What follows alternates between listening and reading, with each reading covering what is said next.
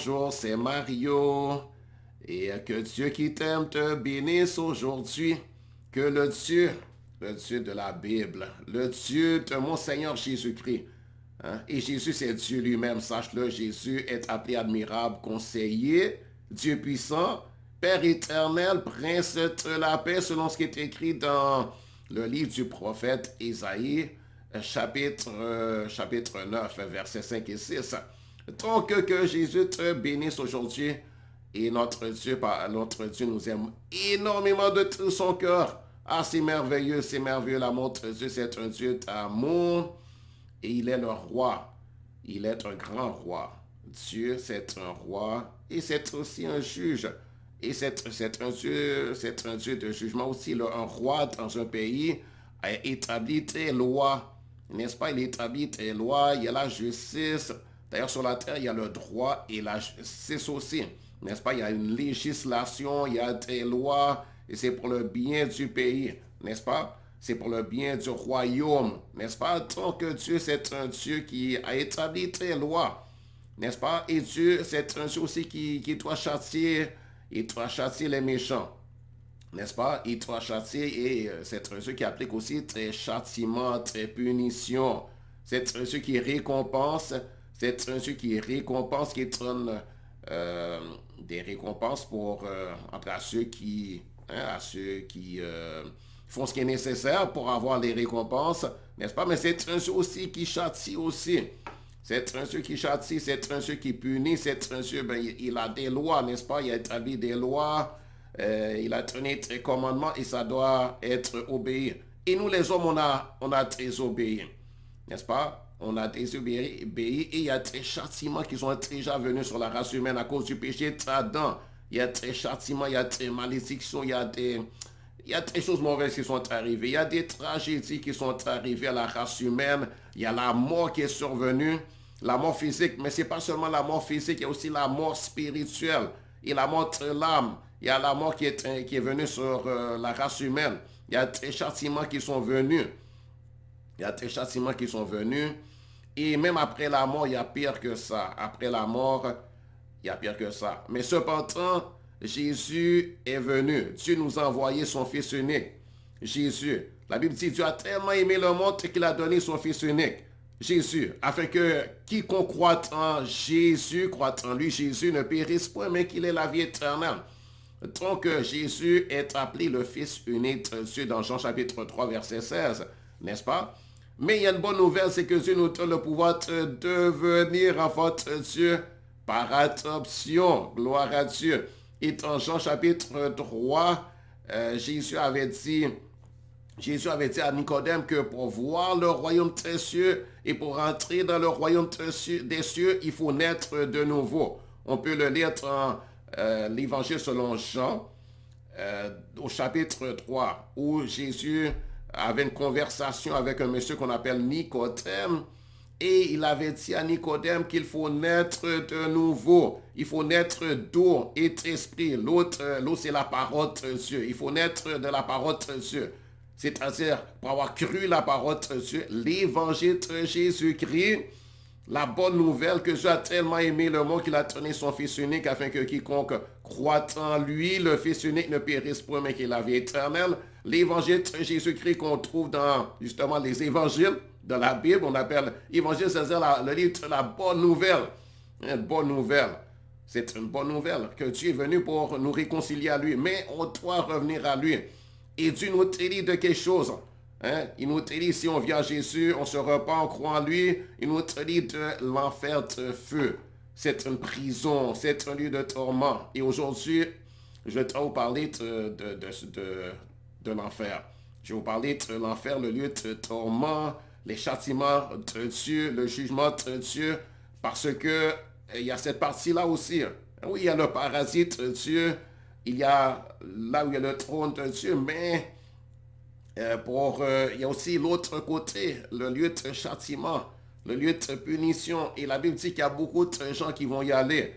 Pas parce que Dieu veut qu'il y aille, mais c'est parce que Dieu a donné la façon d'aller au ciel. Et il a dit qu'on est Il a dit de venir à lui parce que sans Jésus, on est en chemin pour l'enfer. On est en chemin pour ce lieu de punition, ce lieu de destruction, ce lieu de malheur, ce lieu de tourment, ce lieu de tragédie, ce lieu de désastre. Se retrouver en enfer, c'est un désastre, c'est une tragédie, c'est terrible, c'est horrible. Et c'est un lieu de punition, de châtiment pour avoir refusé de croire au Seigneur Jésus, pour avoir refusé de se réconcilier à Dieu, pour avoir refusé le sacrifice que Dieu a fait. Dieu a donné Jésus en sacrifice. Et il nous dit, voici, il nous dit à nous les hommes, on n'a pas allé, vous n'êtes pas allé en enfer. Vous n'êtes pas allé en enfer. Ce n'est pas la volonté de Dieu qu'un homme périsse, mais la volonté de Dieu, c'est que tous soient sauvés. Ça, c'est ce que Dieu veut. C'est le désir de son cœur que tout homme soit sauvé, mais sera sauvé de l'enfer, de feu, du châtiment terrible de Dieu sur le péché, sur conséquences du péché, les conséquences du péché, c'est l'enfer, n'est-ce pas? Donc, mais Dieu veut nous sauver de ça, et c'est pour ça que l'important de se réconcilier avec Dieu pendant qu'il est encore temps. L'important, c'est un être nouveau, parce que si on ne naît pas de nouveau, eh bien, on ne peut pas aller dans le paradis de Dieu, on ne peut pas aller dans le ciel de Dieu, on ne peut pas entrer dans la présence de Dieu là-haut dans le ciel, dans le lieu de bonheur, de gloire, dans le lieu de satisfaction, de contentement, dans le lieu de joie, dans le lieu de célébration, de réjouissance, de paix, de bonheur. Ça, c'est le ciel. Ça, c'est là où il y a la maison de Dieu et la présence de Dieu et la lumière de Dieu, la gloire de Dieu, la paix de Dieu. Hein? Donc, il y a ce lieu-là que Dieu a préparé. Et il appelle tout le monde est invité, tout homme de tout peuple, de toute nation, de toute race sont invités simplement à dire oui. Et pour aller au ciel, eh bien, il faut recevoir le pardon par Jésus-Christ. Il n'y a de salut qu'en Jésus-Christ. Il n'y a pas de salut en l'islam. Hein? Il n'y a pas de salut en l'islam parce que l'islam ne croit même pas à la mort et à la résurrection de Jésus.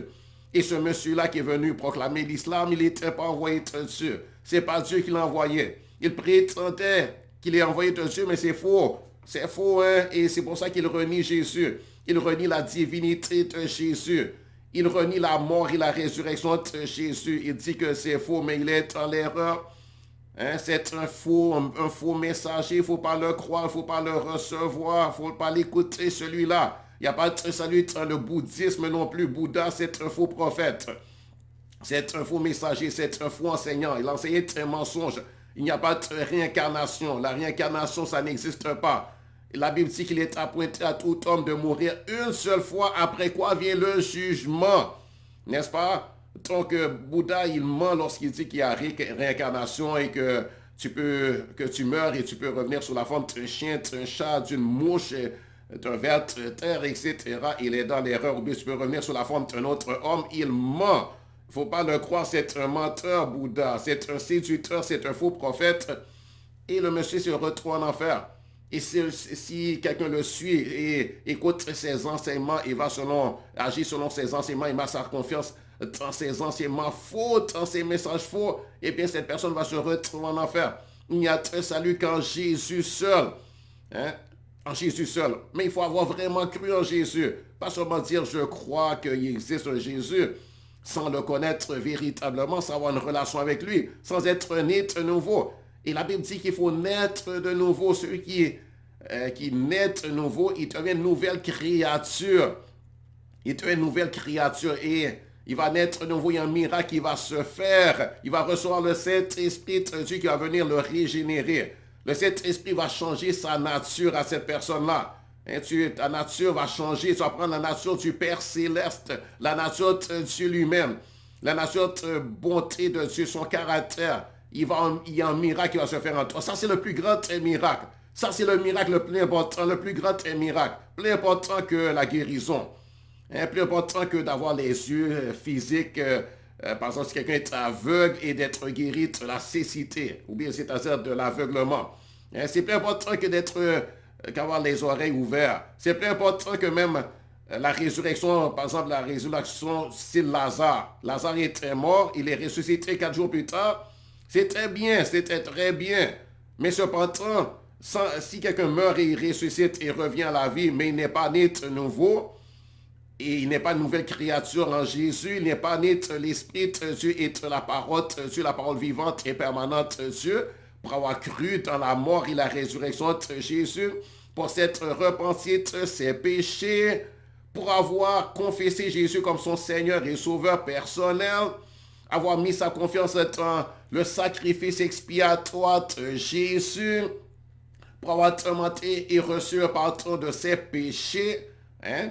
Le pardon qui s'obtient gratuitement, hein? C'est gratuitement. Si quelqu'un cherche à mériter, par exemple, l'accès au ciel par ses bonnes œuvres, disant, pensant qu'il va le mériter, disant que j'ai fait la volonté de Dieu, c'est ça qui m'amène au ciel, c'est ça qui me donne droit au ciel, c'est ça qui me donne accès au ciel. J'ai gardé les commandements de Dieu, j'ai suivi ses instructions, j'ai été très obéissant, j'ai fait mon mieux, j'ai fait tous mes efforts pour aller au ciel. Donc j'ai gagné mon ciel. Hein, celui qui cherche à gagner, il va aller en enfer. Parce que tu ne peux pas gagner. Hein, la Bible dit que c'est par grâce que vous êtes sauvés par le moyen de la foi. C'est le don de Dieu. C'est le don de Dieu. C'est écrit dans Éphésiens chapitre 2. C'est un don, c'est un cadeau, c'est une grâce, c'est une faveur. Tu ne peux pas le mériter. Tu ne peux pas venir à Dieu et dire, Dieu, je l'ai mérité. J'ai fait tout ce que tu as dit. Hein? J'ai gardé tes commandements. Hein? Donc j'ai accès parce que j'ai gardé tes commandements, parce que j'ai eu une bonne conduite, parce que j'ai été à l'église. J'ai été à l'église chaque dimanche, parce que j'ai pardonné l'homme prochain, parce que j'ai eu de l'amour pour l'homme prochain, parce que j'ai fait de bonnes œuvres, de bonnes actions, j'ai une bonne conduite, j'ai gardé tes lois, hein, Dieu, souviens-toi, j'ai gardé tes lois. Dieu, souviens-toi, j'ai gardé tes commandements. Dieu, souviens-toi combien de fois j'ai été obéi. Dieu, souviens-toi que j'ai donné des offrandes, j'ai donné des aumônes aux pauvres, je les ai été. Dieu, souviens-toi tout le bien que j'ai fait à mes voisins. Dieu, souviens-toi de combien d'argent j'ai donné à ceux qui sont pauvres. Dieu, souviens-toi de combien de gens j'ai été. J'ai été les orphelins, j'ai été le veuve, j'ai été beaucoup de gens. Et donc, je pense que sur la balance du bien et du mal, j'ai fait plus de bien que de mal, alors je mérite bien l'accès au ciel. Hein, j'ai mérité bien ça. Et puis en plus, j'ai cru que Jésus, c'est le sauveur. Et donc, j'ai cru que Jésus, mais toi, tu comptes sur tes bonnes œuvres, justement. Hein, donc, tu n'iras pas au ciel et tu n'es pas né de nouveau. Hein, celui qui est né de nouveau, c'est celui qui simplement croit que c'est le cadeau de Dieu et il se reconnaît comme coupable devant Dieu, comme coupable, condamnable, méritant l'enfer et qui reconnaît qu'il n'est pas bon et que c'est seulement la faveur de Dieu. Hein, et que Dieu va lui donner simplement parce que Jésus est mort à la croix, c'est tout. C'est tout, c'est une grâce, c'est une faveur. Moi, je mériterais l'enfer. Je suis coupable, je suis un pécheur. J'ai commis des péchés, des iniquités, je ne mérite rien. Mais simplement, moi, je veux bien recevoir le cadeau de Dieu. Je veux bien me réconcilier à Dieu. Je veux bien me repentir de mes péchés. Et je veux bien dire, Dieu, pardonne-moi. Je connais, j'ai péché, pardonne-moi. Sauve-moi. Donne-moi la vie éternelle. Moi, je crois. Et je veux l'adoption que tu m'offres. Fais-moi naître de nouveau. Fais-moi naître ton enfant par adoption. Et fais que je devienne une nouvelle créature. Que je naisse de ton esprit et de ta parole vivante et permanente. Je reçois l'adoption. Je te demande et je reçois le pardon de mes péchés. Lave-moi par le sang de Jésus. Écris mon nom dans ton livre de vie. Hein? Et je reçois, je dis merci, merci papa. Et voilà, c'est tout, c'est ça. Hein? Après, bien sûr, tu marches avec lui. Si tu l'as fait avec un cœur sincère, tu es honnête, tu vas te demeurer attaché à lui. Tu deviens son enfant et tu vas vivre, tu vas marcher avec lui. Bien sûr, tu vas chercher à obéir, n'est-ce pas? Parce que si tu es né de nouveau, crois-moi, tu vas recevoir la nature obéissante de Jésus. Tu vas même plus aimer le péché. Et ce sera une joie pour toi de marcher avec Dieu et d'obéir à Dieu. Le péché, tu vas haïr, tu vas détester. Comme moi, je déteste le péché, je hais le péché. Le péché, c'est détestable. Le péché, c'est une chose mauvaise. Ça vient du diable, l'ennemi de Dieu, et mon ennemi. Le diable, c'est l'ennemi de Dieu, c'est mon ennemi. C'est l'ennemi de l'humanité. C'est l'ennemi de ma famille. C'est lui l'esprit de mort. C'est lui qui a causé la mort sur la terre. C'est lui qui cause les maladies. Le diable, c'est un esprit de maladie. Les esprits malins, les démons, c'est des esprits de maladie. C'est-à-dire, ils causent des maladies, ils causent des infirmités. C'est leur faute qu'il y ait des maladies, des infirmités sur la terre, les difformités.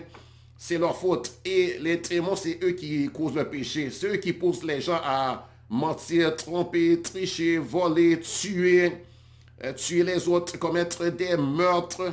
C'est ces esprits de haine, c'est ces esprits qui poussent les gens à faire de la jalousie, être envieux et à faire des choses méchantes. C'est eux qui vont pousser les gens, par exemple, à faire l'esclavage par cupidité, par avarice, par amour de l'argent, l'amour des richesses, et ça les a poussés à faire des choses horribles, à asservir l'homme leur prochain, à violer des femmes, à tuer beaucoup de gens. Et le châtiment que méritent ces choses-là, c'est l'enfer. Mais Dieu est prêt à pardonner même à l'esclavagiste. D'ailleurs, par exemple, il y a John Newton, celui qui a écrit Grâce infinie. Mais ce monsieur-là, il fut un temps, il avait été un esclavagiste. Il avait un bateau qui allait chercher les gens en Afrique pour les amener en esclavage. Il travaillait sur ce bateau-là, il était le capitaine. Mais avec le temps, il a entendu l'évangile de Jésus-Christ. Quelqu'un lui a prêché la bonne nouvelle que Dieu a tellement aimé le monde qu'il a donné son Fils unique, afin que quiconque croit en lui, en Jésus, ne périsse point, mais qu'il ait la vie éternelle. Il l'a entendu encore et encore. Il avait lutté avec ça. Au début, il a résisté, mais après, il a cru. Il s'est repenti. Il a demandé pardon pour toutes les abominations qu'il a faites, pour avoir haï les gens, pour avoir fait l'esclavage, pour avoir participé à cette business de rendre les gens esclaves, de les asservir, de les vendre des hommes. Ça, c'est horrible. Il s'est repenti.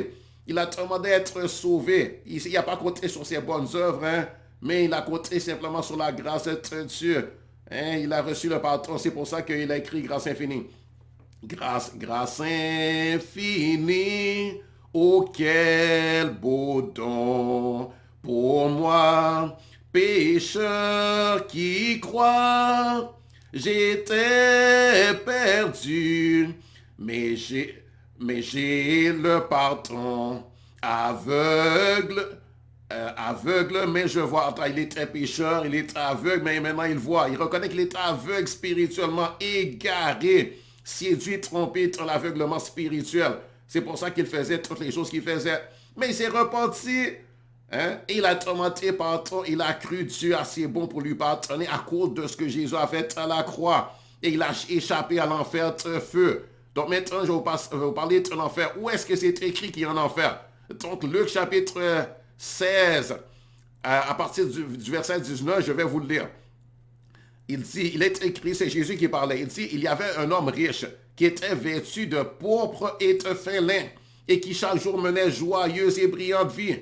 Un pauvre nommé Lazare était couché à sa porte, couvert d'ulcères, et désireux de se rassasier des miel qui tombait de la table du riche, et même les chiens venaient encore lécher ses ulcères.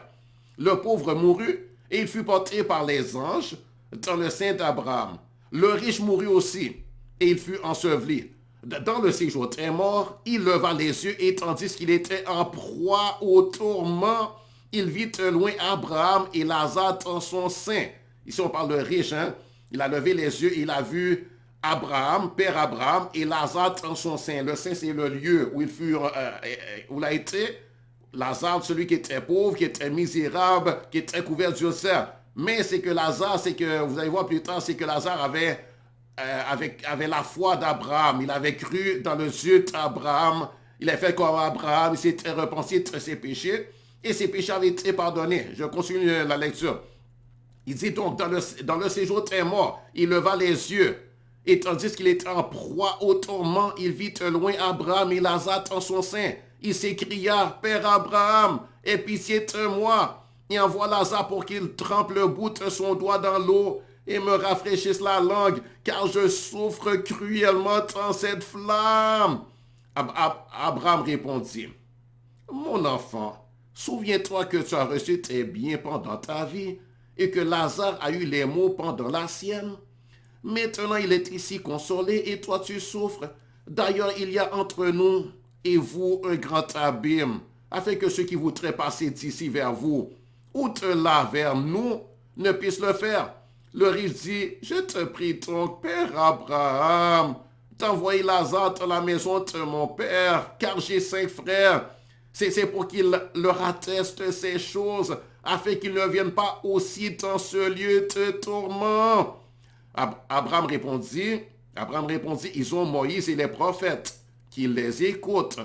Et il dit, non, Père Abraham, mais si quelqu'un est mort va vers eux, ils se repentiront. Et Abraham lui dit, s'ils n'écoutent pas Moïse et les prophètes, ils ne se laisseront pas persuader, même si quelqu'un est mort ressuscité. Donc, vous voyez ici, donc ici, il y a 2 personnes. Hein? Donc, ça, c'est une chose réelle qui s'est passée. Il y a un monsieur qui s'appelle Lazare, qui était pauvre, qui était malade, couvert d'ulcères, et il mourut. Et on voit que ce monsieur-là, il est entré dans un lieu après la mort. Il dit, il se retrouva, il fut porté par les anges dans le Saint Abraham. Donc, quand on dit il, bien sûr, ce n'est pas son corps a été dans le tombeau. Mais ce qui fut transporté, c'est son esprit humain, son esprit et son âme. L'esprit et l'âme sont unis ensemble, n'est-ce pas? L'esprit et l'âme sont unis ensemble. Et donc, il a été, c'est la partie invisible de lui, l'esprit humain a été emporté par les anges dans le sein d'Abraham. Et là, il était là, n'est-ce pas? Et il y a le monsieur qui était riche, mais en réalité, ce n'est pas parce qu'il était riche qu'il s'est retrouvé là, mais c'est parce qu'il était incrédule. Il était incrédule, il n'avait pas cherché Dieu pendant qu'il était vivant. Hein, il pensait qu'il n'a pas besoin de Dieu. Hein, il ne s'est pas soucié de connaître Dieu. Il ne s'est pas soucié du message qui lui avait été prêché par les prophètes d'Israël et par les prophètes et par les sacrificateurs. N'est-ce pas? Il ne s'est pas soucié de ça. Il ne s'est pas soucié de se repentir, de demander pardon, de faire ce que Dieu avait dit de faire pour pouvoir être pardonné, pour pouvoir avoir la vie éternelle. Il ne s'est pas soucié de ça. Il vivait, la Bible dit qu'il vivait une vie, il vivait comme il voulait, n'est-ce pas?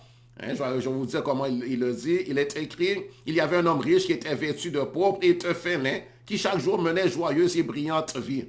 Donc il vivait sa vie dans l'insouciance, ne se souciant pas de son âme. Hein, ne se souciant pas que de ce qui va arriver après la mort. Lui, il pensait comme si il va vivre toujours, alors qu'on sait très bien que tout homme meurt. Tout homme meurt. La mort arrive toujours, c'est garanti que tu vas mourir. C'est garanti que tout homme va mourir. Il n'y a personne qui demeure pour toujours sur la terre. Et notre vie sur la terre n'est pas bien longue. Si vous regardez ceux qui sont les plus robustes, ils vivent peut-être jusqu'à 120 ans. Maintenant, auparavant, dans le passé, les hommes vivaient plus longtemps. Mais maintenant, dans les temps où nous sommes, c'est 120 ans, à peu près 120 ans maximum. N'est-ce pas? Tant que tout homme meurt, alors il faut s'empresser de chercher le chemin du salut. Que dois-je faire pour être sauvé? N'est-ce pas? Pour éviter ce lieu de tourment. Vous voyez, il était mort, mais il avait des yeux pour voir. Il a vu Abraham et Lazare en son sein, dans un lieu. Donc, il était dans un lieu physique. Hein? N'est-ce pas? Dans un lieu physique. Pas son corps, mais son esprit. Et il était là. Il a vu Lazare, il a vu Abraham, il a pu avoir une conversation avec eux. Il leur a parlé, il a pu entendre leurs paroles. Donc, il avait des oreilles pour entendre là où il était. Et il avait des yeux pour voir. Il avait un corps pour souffrir. N'est-ce pas? Il avait des sentiments, il avait des émotions. Hein? Il pouvait ressentir le tourment. N'est-ce pas? C'est écrit dans le séjour des morts, il leva les yeux et tandis qu'il était en proie au tourment, il vit de loin Abraham et Lazare en son sein. Donc, vous voyez, il y a une distance qui les séparait. Et il a regardé, il avait des yeux pour voir, il a vu Abraham et Lazare. Et il s'écria, donc il y avait une bouche pour parler, il s'est écrié, il y avait une voix aussi qui a été transportée jusqu'à Abraham. Et Abraham l'a entendu. Abraham était mort, rappelez-vous, mais il était vivant. C'est-à-dire son corps était mort, mais son esprit était bien vivant dans un lieu de paix. Dans un lieu de paix. Abraham, lui, là où il était avec Lazare, il était dans la paix. C'est que dans ce temps-là, avant que Jésus meure, quand la personne mourait, la personne n'allait pas, il ne peut pas aller dans le paradis de Dieu. parce que il allait dans un lieu d'attente. Mais Abraham était dans la paix, il était bien, il était heureux là où il est, n'est-ce pas? Et c'est pour ça qu'Abraham dit, il s'écria donc, il dit, Père Abraham, le riche a dit, Père Abraham, aie pitié de moi, et envoie Lazare pour qu'il trempe le bout de son doigt dans l'eau et me rafraîchisse la langue, car je souffre cruellement dans cette flamme. Donc il était dans une flamme. Hein, c'était pas une flamme physique, mais c'était une flamme d'une matière qui était capable de brûler son esprit et de le faire souffrir terriblement, horriblement. Il était dans les tourments. Et Abraham lui a répondu, Abraham pouvait parler, n'est-ce pas? Il a dit, mon enfant, souviens-toi. Donc il pouvait se souvenir. Souviens-toi que tu as reçu tes biens pendant ta vie. Donc lui, il se souciait seulement des choses de la vie terrestre. Et c'est pour ça qu'il a vécu. Il a vécu comme il a voulu. Il ne s'est pas soucié du tout des conséquences de ses péchés. Donc il voulait commettre l'adultère. Il a commis l'adultère autant qu'il a voulu. Il a menti autant qu'il a voulu. Il a triché autant qu'il a voulu. N'est-ce pas? Et s'il voulait violer tes femmes, il a violé. Il a fait tout ce qui lui passait par la tête, sans se soucier des conséquences, sans se soucier de ce que Dieu dit. Et pourtant, il était un fils d'Abraham. Donc, il connaissait la loi de Dieu, il connaissait les écrits des prophètes. La parole de Dieu lui avait été prêchée. Il avait entendu les enseignements, mais il ne s'était pas soucié de se repentir, de croire, de se réconcilier à Dieu, de recevoir le pardon des péchés, la vie éternelle. Pas du tout. Et donc, il est mort, il s'est retrouvé dans ce lieu, n'est-ce pas? Mais Abraham, lui, il a été consolé dans le lieu où il était. Hein? Donc, maintenant que Jésus est ressuscité des morts, hein? Donc, ceux qui étaient dans le sein d'Abraham sont montés là-haut dans le ciel de Dieu maintenant. Vraiment là où il y a le paradis de Dieu, là où, en fait, là où il y a le trône de Dieu, la nouvelle Jérusalem. Ce n'est pas le même lieu, n'est-ce pas? Donc, maintenant, gloire à Dieu, Dieu les a amenés dans vraiment là où il y a la présence de Dieu là-haut. Parce que là, vous voyez, là où ils étaient, ils pouvaient même se voir. Hein? Ils pouvaient se voir l'un l'autre. Et même, c'était même pas agréable, je pense aussi pour Abraham, de voir des gens en train de souffrir, souffrir les tourments devant soi. Mais c'était comme ça avant que Jésus donne sa vie. Parce que tant que Jésus n'avait pas donné sa vie en sacrifice, les hommes ne pouvaient pas aller dans le paradis de Dieu y vivre. Mais quand Jésus a donné sa vie en sacrifice, il est mort, il est ressuscité des morts. La Bible dit que y a des gens qui étaient captifs dans un lieu, en fait, ils étaient dans le sein d'Abraham. Ceux qui étaient dans le sein d'Abraham ont pu sortir de là et Dieu les a transportés dans le lieu, là où il y a la nouvelle Jérusalem, le trône de Dieu. Il n'y a pas de sein d'Abraham, mais vraiment là où il y a vraiment le paradis céleste, là où il y a le trône de Dieu, les anges de Dieu, la gloire de Dieu, la joie, la paix, et où on n'a pas à voir des gens en train de souffrir devant nous, n'est-ce pas? Donc, gloire à Dieu, c'est merveilleux, c'est magnifique. Béni soit l'Éternel. Un autre endroit où on parle de l'enfer, je veux vous le lire, hein? Parce que c'est terrible et moi, je ne veux pas que vous alliez là. Moi, je veux que tu crois ce que je te dis, tu crois ce que Jésus a dit. Hein? Jésus a parlé, les prophètes de Dieu ont parlé. Maintenant, je vais vous montrer ce que le prophète Jean, hein, qui était un des disciples de Jésus, qui est un prophète, un apôtre, a dit, d'après ce qu'il a vu, d'après ce que Dieu lui a montré et de ce que Dieu lui a dit. Dans Apocalypse chapitre 20, verset 1, il est écrit, puis je vis descendre du ciel un ange qui avait la clé de l'abîme et une grande chaîne dans sa main. Il saisit le dragon, le serpent ancien, qui est le diable et Satan, et il le lia pour 1000 ans. Il le jeta dans l'abîme, ferma et scella l'entrée au-dessus de lui, afin qu'il ne séduise plus les nations, jusqu'à ce que les 1000 ans soient accomplis. Après cela, il faut qu'il soit délié pour un peu de temps. Et je vis des trônes, et à ceux qui s'y assirent fut donné le pouvoir de juger. Je vis les âmes de ceux qui avaient été décapités à cause du témoignage de Jésus et à cause de la parole de Dieu, et de ceux qui n'avaient pas adoré la bête ni son image, et qui n'avaient pas reçu la marque sur leur front et sur leurs mains. Ils revinrent à la vie et ils régnèrent avec Christ pendant 1000 ans. Les autres morts ne revinrent point à la vie jusqu'à ce que les 1000 ans soient accomplis. C'est la première résurrection. Heureux et saints ceux qui ont part à la première résurrection. La seconde mort n'a point de pouvoir sur eux, mais ils seront sacrificateurs de Dieu et de Christ, et ils régneront avec lui pendant 1000 ans. Donc, il y a ceux-là qui ont cru au Seigneur Jésus, ils vont régner avec Jésus. Maintenant, je continue la lecture, je suis rendu au verset 7. Il dit, quand les 1000 ans seront accomplis, Satan sera relâché de sa prison et il sortira pour séduire les nations qui sont aux quatre coins de la terre, Gog et Magog, afin de les rassembler pour la guerre. Leur nombre est comme le sable de la mer. Ils montèrent à la surface de la terre et ils investirent le camp très saint et la ville bien-aimée. Mais un feu descendit du ciel et les dévora. Et le diable qui les séduisait fut jeté dans les temps de feu et de soufre, où sont la bête et le faux prophète. Ils seront tourmentés jour et nuit au siècle des siècles. Et tant qu'il y a un lieu de tourment, c'est jour, c'est nuit, il n'y a pas de paix, c'est les tourments. Donc ça, on appelle ça les temps de feu. Et donc, en tout cas, il y a le feu pour les incrédules, ceux qui sont abominables, qui aiment la sorcellerie, la magie, ou bien quelqu'un qui rejette simplement le salut de Dieu. Parce que tu pourrais être une personne bien gentille, bien aimable, n'est-ce pas, qui vit une vie tranquille, mais cependant, si tu ne crois pas au Seigneur Jésus, si tu ne t'es pas repenti, si tu n'as pas mis ta confiance en Jésus, tu vas aller en enfer. Quand on dit le méchant, ce n'est pas comme juste quelqu'un qui fait une méchanceté, qui tue, qui vole, qui fait la sorcellerie, la magie, qui est quelqu'un méchant qui frappe les autres. Mais celui qui refuse Jésus, qui refuse de croire en Jésus, qui dit, j'ai pas besoin de ce Jésus-là, moi je suis une bonne personne. Qu'est-ce que j'ai fait de mal?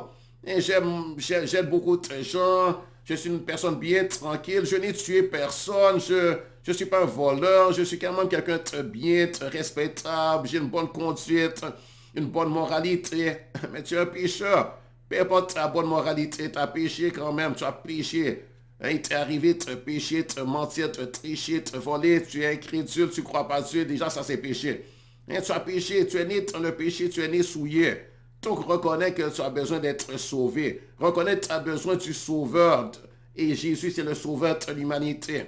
Arrête de penser que tu, comme si pour dire, arrête de penser que tu es une bonne personne et et de vouloir paraître devant Dieu par le fait que tu es une bonne personne. Disant, Dieu, je suis une bonne personne. Pourquoi est-ce que Dieu me rejetterait? Dieu, c'est seulement les méchants, oui, ceux-là qui sont des meurtriers, des violeurs. Oui, ceux-là, mais pas moi, moi je suis une bonne personne. Non, tu es un pécheur comme tout le monde. La Bible dit que tous sont péchés et sont privés de la gloire de Dieu. Mais ils sont gratuitement justifiés par la foi en Jésus. Donc tout le monde a péché. Maintenant, toi aussi, peu importe qui tu es, tu as besoin de te repentir, de croire en Jésus, en fait, parler dans l'enfer de feu. Parce que l'enfer de feu, c'est réel et c'est un lieu de feu et il n'y a pas de fin. C'est un tourment sans fin. Il n'y a pas de guérison là. Il n'y a pas de nourriture. Il n'y a pas d'eau à boire. Il n'y a pas de paix. Il n'y a pas de joie. Il n'y a pas de fraternité. Il n'y a pas d'amitié. Il n'y a pas de relation. Il n'y a même pas de sexe non plus. Il y en a qui disent, il y aura du sexe. Il y aura le plaisir du sexe. C'est pas vrai. Il n'y aura pas de plaisir du tout dans ce lieu-là. Il n'y aura pas de joie du tout. Il n'y aura pas de satisfaction, pas de contentement. Il n'y aura même pas le sommeil. Il y aura même pas, tu ne pourras même pas dormir et avoir un peu de soulagement par le sommeil. Il n'y aura pas non plus de médicaments. Il n'y aura même pas non plus de drogue. Parce qu'il y en a qui prennent la drogue et ils pensent que la drogue, c'est une évasion. Il n'y aura pas de drogue pour alléger ta souffrance. Pas du tout, du tout. Donc, crois au Seigneur Jésus. S'il te plaît, crois au Seigneur Jésus.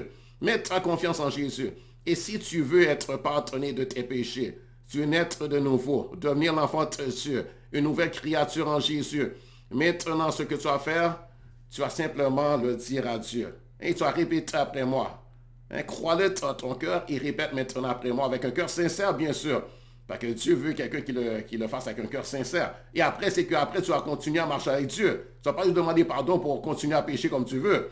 Et pour le refuser, pour juste comme si tu veux juste prendre la bénédiction, mais tu ne veux pas te repentir, tu ne veux pas de relation avec lui, tu ne veux pas son amitié, tu ne veux pas lui obéir. Non, il faut que tu veuilles bien lui obéir aussi, n'est-ce pas? Tu ne seras pas sauvé par obéissance à Dieu.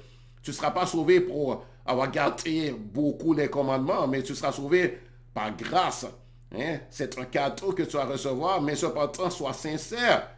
Crois véritablement. Et puis, demande pardon avec un cœur sincère, il va te pardonner. N'est-ce pas? Donc, dis, Dieu, créateur de l'univers, je veux le pardon de mes péchés. Je veux avoir la vie éternelle.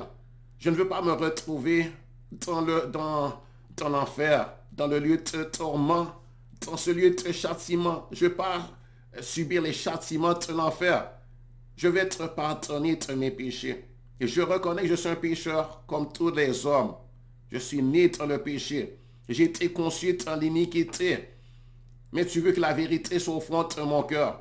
Alors je te demande, pardonne mes péchés aujourd'hui même.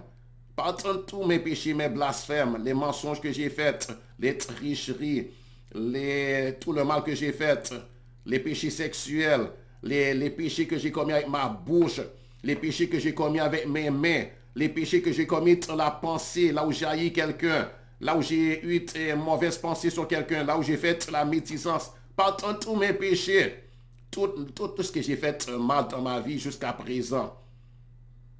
Et lave-moi par le sang de Jésus, parce que la Bible dit que c'est le sang de Jésus seulement qui peut me laver. Je crois dans le sacrifice que Jésus a fait à la croix. Je crois qu'il est mort, pas pour lui-même. Il n'était pas coupable, mais il a subi le châtiment que je méritais, que nous les hommes on méritait. Je crois qu'il est ressuscité aussi d'entre les morts, comme la Bible dit. Tu avais bien le pouvoir de le ressusciter, il est ressuscité, je le crois. Maintenant, donne-moi la vie éternelle. Je reçois la vie éternelle comme un cadeau, un don. C'est gratuit. Je ne peux pas le mériter.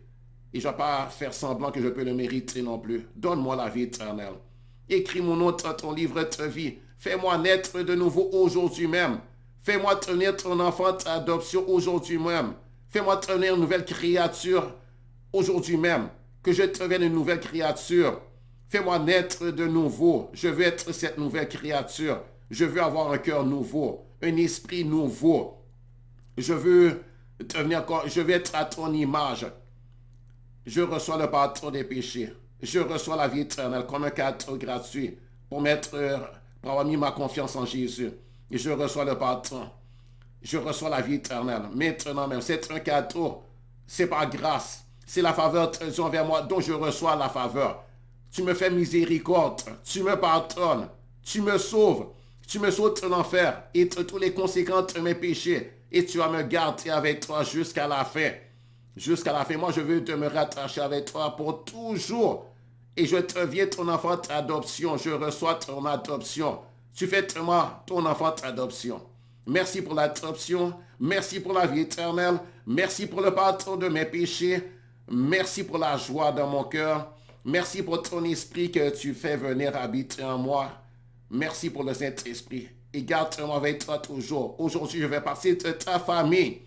Je deviens ton enfant d'adoption. Je deviens ton enfant. Et je vais t'adorer, t'aimer, te servir. Je le veux. Merci mon Dieu. Amen. Amen. Alors, si tu as fait ça, eh bien, félicitations, hein? Félicitations, bravo. Ah, gloire à Dieu pour ça. Tu deviens l'enfant de Dieu par adoption. Tu deviens l'enfant de Dieu par adoption. Tu deviens un disciple de Jésus. Maintenant, tu dois être instruit. Maintenant, tu dois être nourri de la parole de Dieu. Maintenant, tu dois marcher avec Dieu, demeurer attaché à Dieu. Maintenant, commence à lire la Bible aussi pour connaître ton Dieu. Lis la Bible qui est la parole de Dieu. Commence par le Nouveau Testament. Et commence à prier aussi. Commence à parler à Dieu. Gloire à Dieu. Gloire à Jésus. Gloire à Jésus. Amen. Et aussi, tu as besoin de te joindre aux enfants de Dieu, aux autres enfants de Dieu pour te réunir avec les enfants de Dieu. Et là où tu as mis des pasteurs pour t'instruire, pour t'enseigner, pour te montrer le chemin. Et si tu veux, si tu es à Montréal, je t'invite dans mon assemblée d'église locale. Je vais te donner l'adresse dans le bas du vidéo. En tout cas, je vais te donner l'adresse. Maintenant, surtout, tu as fait ta prière. Maintenant, commence à marcher avec Dieu. Gloire à Dieu. Prie, demande à Dieu de te guider vers une église. Hein? Et Dieu va le faire. Moi, je fais partie de l'église Vase-Turner. Il y en a des églises Vase-Turner partout. Et il y a d'autres bonnes églises aussi. Hein? Va vers une église évangélique. Hein? Une église évangélique qui prêche la parole de Dieu droitement. Hein? Gloire à Dieu. Alors que Dieu te bénisse. Et aussi, je t'invite à visiter mon site web, gtionchampion.com. C'est ça l'adresse. gtionchampion.com. gtionchampion.com. Alors que Dieu te bénisse. Au revoir. C'était Mario. Bye.